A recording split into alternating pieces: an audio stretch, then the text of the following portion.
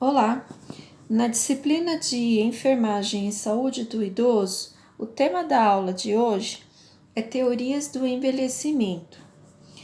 Se a gente for buscar através de livros e mesmo através da internet, a gente encontra várias teorias a respeito do envelhecimento.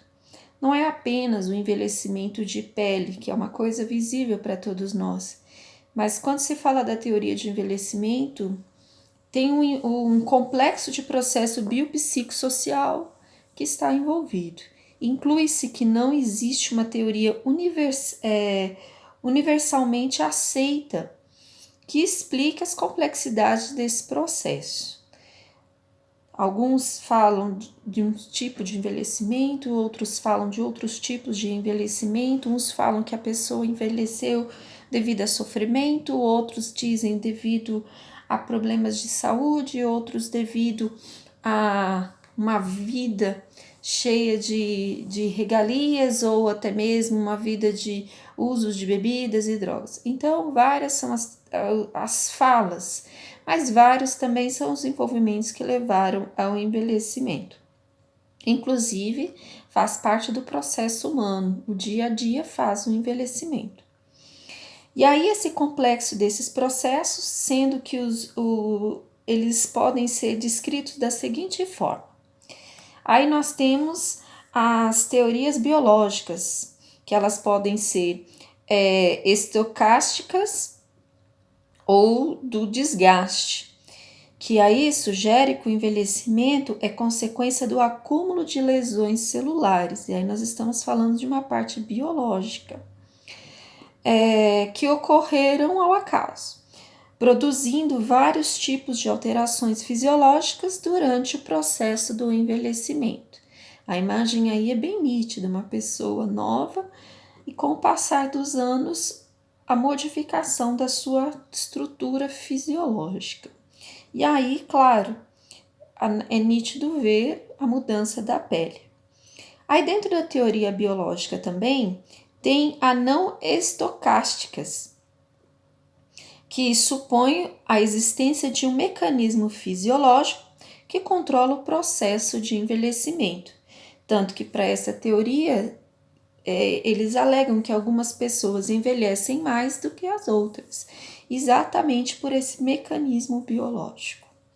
Dentro da teoria do envelhecimento, nós temos também a desocupação, que faz parte das teorias psicossociais. A teoria da desocupação alega que os idosos passam a praticar atividades mais introspectivas e centradas em si mesmo, ou seja, a vida inteira ele alega que ele trabalhou, ele cuidou dos outros e agora ele passou a cuidar dele mesmo, ele começa a realizar atividades que às vezes para a família chega até um pouco a ser assustador, ele começa a praticar atividades, a desenvolver atividades que ele nunca teve costume. São mudanças que ele começa a desenvolver porque ele sente que ele não quer entrar no momento de ser uma pessoa desocupada, uma pessoa inútil. Então ele começa a realizar atividades que antes ele não praticava. Não é somente esportivas, mas várias atividades que ele não fazia e ele não fez porque ele alega que a vida inteira ele trabalhou para cuidar dos filhos e agora ele vai fazer. Como viajar pelo mundo, eu quero conhecer lugares, eu quero fazer atividades físicas, ou seja, começa realmente a ter uma mudança pelo fato dele se sentir que nesse momento ele está ficando desocupado. Aí nós temos a teoria da atividade dentro da psicossocial, que propõe a continuidade das atividades realizadas durante a meia-idade e a substituição delas quando, por circunstâncias próprias, não se compense realizá-las a contento. Uma vez que os idosos socialmente ativos têm mais possibilidades de se ajustarem ao envelhecimento. E é muito comum na nossa sociedade de hoje esse tipo de teoria, porque o idoso ele não quer entrar naquela fase de desocupação. Ele quer continuar ativo, desenvolvendo, trabalhando, que ele alega que ele tem condições. Claro, dependendo do tipo de trabalho que ele teve, não tem. Mas dependendo da atividade, principalmente de trabalho que ele desenvolveu a vida inteira, sim, pode sim desenvolver, continuar trabalhando normalmente. E muitos vão até uma idade bem avançada nesse tipo de atividade.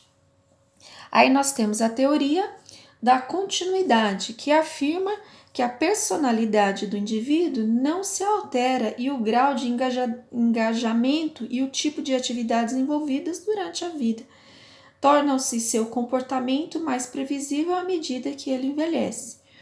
Aí a gente fala daquela pessoa que era acostumada a rir, sorrir, sair com os amigos, beber. Ele não vai mudar esse hábito pelo fato que ele envelheceu. Muito pelo contrário, ele vai continuar tendo essas mesmas atitudes.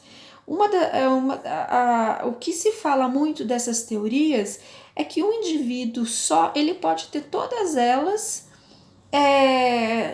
uma pessoa, todas essas teorias que foi falada num só.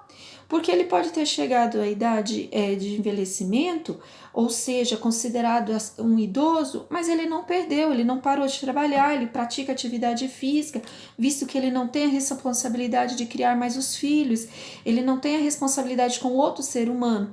Então, ele passa, assim, às vezes a ser um idoso que tem todas essas teorias num só. Principalmente porque no envelhecimento, um indivíduo não é igual ao outro.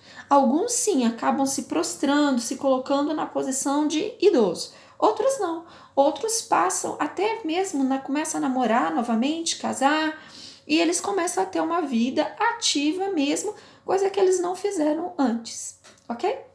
Espero vocês na próxima aula.